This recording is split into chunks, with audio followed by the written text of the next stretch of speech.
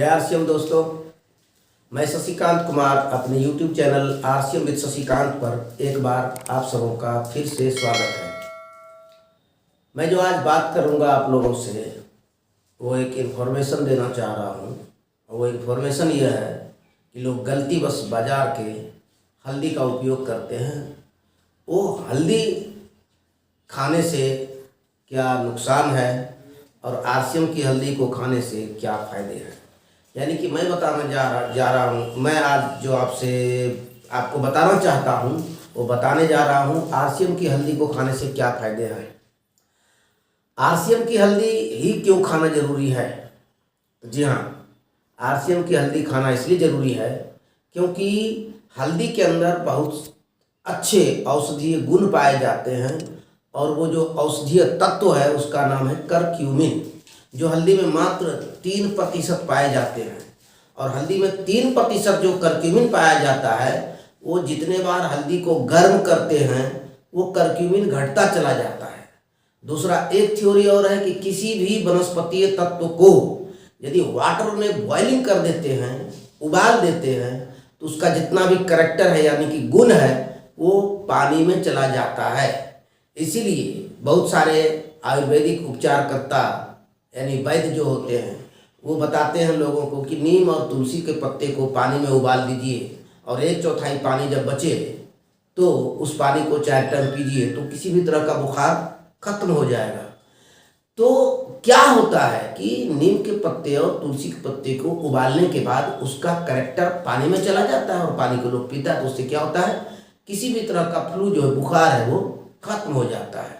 तो ठीक उसी प्रकार जब आप हल्दी को उबालते हैं तो उसके अंदर जो एंटीऑक्सीडेंट करक्यूमिन है जो कैंसर को, सूजन को, दर्द को दूर कर देता है, बॉडी से कैंसर सेल को समाप्त करता है, वो क्या हुआ पानी में चला गया बॉइलिंग के बाद। और पानी क्या हुआ, वेस्ट कर दिया आपने, फेंक दिया, तो करक्यूमिन बाहर निकल गया। अब उसको धूप में सुखाते हैं। किसी तरह का मेडिसिन को देख ले, उसमें लिखा रहता है सनलाइट से बचा के रखें और ठंडे में रखें, सूखे में रखें। लेकिन आप धूप में हल्दी को सूखने दे देते हैं। आप मतलब जो हल्दी उपजाता है वो धूप में दे देता है और 1-2 दिन, 4 दिन, 5 दिन नहीं दे देता है, छोड़ देता है, महीनों दिन तक सूखता है। जब वो व्यापारी से बात कर लेता है, जब उसका लेने वाला खरीदार आ जाता है तो उस दिन वो छत पर से उठा करके उसको बेच देता है। उससे पहले क्या करता है, थोड़ा सा पानी डाल देता है रात को, इसलिए कि थोड़ा सा उसका वजन बढ़ जाए। तो खैर, तो हल्दी महीना दिन तक आजकल जो है सूखता है छत पर। क्यों?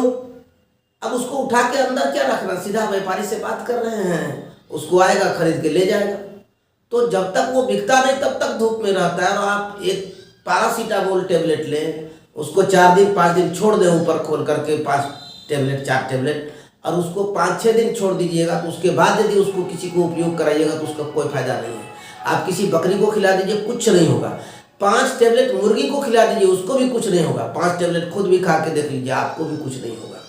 तो 4 दिन 5 दिन यदि धूप में रह गया पैरासीटामोल टेबलेट, उसकी सारी जो औषधीय गुण थे समाप्त हो गए उसके। तो उसी तरह हल्दी के भी औषधीय गुण धीरे धीरे समाप्त हो जाते धूप में। और क्या हो गया, पहले भी हल्दी उबाले जाते थे, पहले भी सुखाए जाते थे, लेकिन आज का उबालना और आज के सुखाने में बहुत चेंज। पहले लोग जो है धान उबालते थे, उसनते थे, धान को गर्म चावल बनाने के लिए पहले उबालते हैं तो ब्राउन राइस निकलता है। तो वो जो उबालते थे धान, उसी में हल्दी को देके लोग उबाल लेते थे। लेकिन अब क्या करते हैं, टब, बड़ा टब में पानी दे देते हैं, हल्दी दे देते हैं, उबाल देते हैं और पानी बाहर फेंक देते हैं। पहला करक्यूमिन वहां गया जो पहले बता दिए, दूसरा उसको सुखाने में चला गया, तीसरा आप लोग हर कोई गलती करते हैं कि बाजार से हल्दी खरीद के लाते हैं और उसको फेंक दे देते हैं कहाँ, चक्की मिल में पीसने, और वहां हल्दी बहुत ज्यादा गर्म होकर के उसका टोटल करक्यूमिन समाप्त हो गया। अब करक्यूमिन का क्या क्या काम है पहले उसको समझ लीजिए, तब बताएंगे कि आरसीएम में हल्दी कैसे तैयार होती है और क्यों इसमें करक्यूमिन बच जाता है। करक्यूमिन ब्रेन में अल्जाइमर है, डिप्रेशन का प्रॉब्लम है, ब्रेन से रिलेटेड बीमारी है तो करक्यूमिन आपको फायदा करेगा। आपके जोड़ों में सूजन है, जोड़ों में दर्द है, तो हल्दी आपको फायदा पहुंचाएगा। कैंसर सेल को मारने का काम करता है करक्यूमिन, और यदि बॉडी में कैंसर सेल को मारने का प्रॉपर्टी पहले से हो तो किसी को कैंसर नहीं हो सकता। आज सुनते हैं कि छोटा सा लकड़ी किसी के पैर में गड़ गया, चुभ गया, या हाथों में चुभ गया, या किसी एक छोटा सा फोड़ा हो गया, और वो फोड़ा का ऑपरेशन करा दिए, उसका घाव सूखते नहीं सूख रहा है, ख़त्म नहीं हो रहा है, बाद में बायोप्सी टेस्ट कराते हैं तो निकलता है कैंसर। क्यों?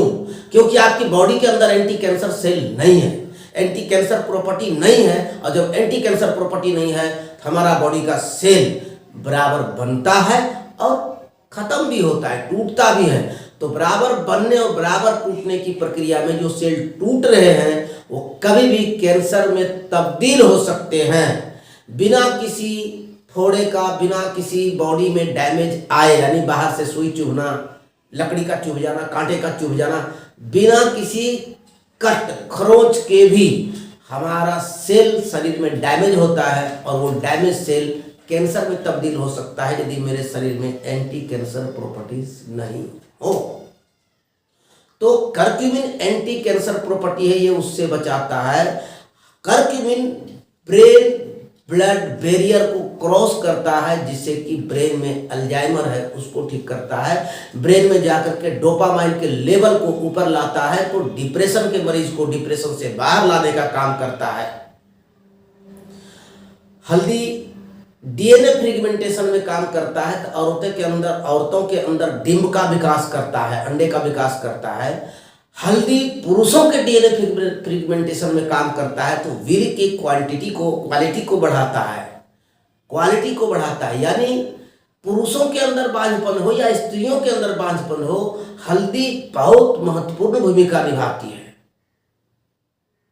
तो हल्दी उपयोग में लाना चाहिए, लेकिन क्या जो 2 से 3 बार गर्म हो गया हल्दी पानी में, धूप में और चक्की मिल में, और फिर चौथे बार गर्म होगा भोजन बनने के समय, क्या उसमें करक्यूमिन बचा हुआ है जो हमारे हेल्थ के लिए बेनिफिशियल है? नहीं बचा हुआ है।